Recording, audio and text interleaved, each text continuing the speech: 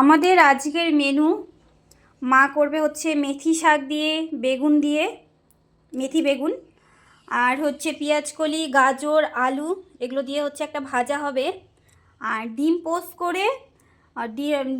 করে নিয়ে পোস্ত দিয়ে, এখানে আছে পোস্ত দিয়ে রান্না হবে, এগুলো দিয়ে রান্না হবে।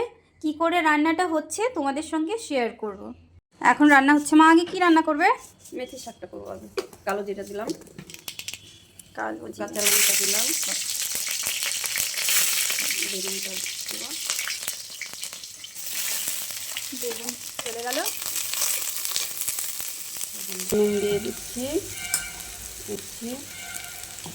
মিষ্টি দিয়ে দিলাম। বেগুনের কালারটা জাস্ট অসাধারণ। আমি এবার শাকটা দিয়ে দিচ্ছি। হ্যাঁ, শাকটা দিয়ে দিলাম। মা অনেক কিছু রেসিপি জানে, ভীষণ ভালো রান্না করতে পারে মা। মা কি সুন্দর করে সবগুলো ডিম পোস্ট করে নিয়েছে। ডিম পোস্ট দিয়ে ডিম পোস্ত হবে। মা কড়াইয়ের মধ্যে তেল দিয়ে দিয়েছে, কালো জিরা দিলাম, কালো জিরে ফোড়ন, আর একটু পেঁয়াজ কুচি,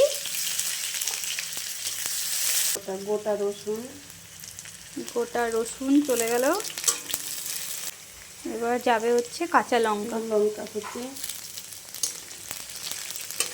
ঝালটা দিয়ে যেরকম খায় সেরকম করে নেবে। কারণ কালার চলে আসছে। এবার একটু আদা বাটা, রসুন বাটা, সামান্য আদা বাটা রসুন বাটাটা ভাজা হয়ে গেছে। আমি একটু রসুন কুচি দিলাম, টমেটো কুচি, পোস্তটা দিয়ে দিলাম। বলি একটু নুন দিয়ে দিলাম,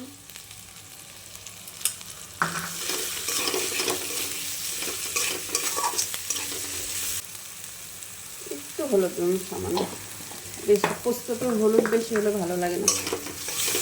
দারুণ দেখতে লাগছে,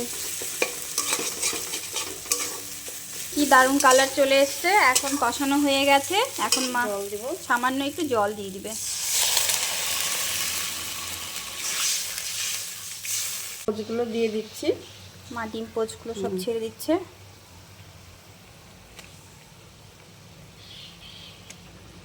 একবার প্লিজ তোমরা সবাই ট্রাই করে দেখো, এই শীতের সময় খেতে দারুণ জাস্ট জমে যাবে গরম ভাত দিয়ে। সুন্দর লাগবে, ভালো লাগবে দেখতে। আচ্ছা, গোটা লঙ্কা দিয়ে দিলাম, একটু কোচানো লঙ্কা দিয়ে দিলাম। নামানোর আগে কাঁচা তেল দিলে ভালো লাগে। এখন একটু ধনেপাতা কুচি দিব। মার রান্না কমপ্লিট হয়ে গেছে। এখানে মেথি শাকটাও হয়ে গেছে, ভাজাও হয়ে গেছে, ভাতও হয়ে গেছে।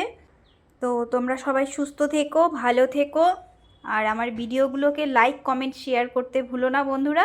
তো নেক্সট কোনো ব্লগে আবার দেখা হচ্ছে। টাটা।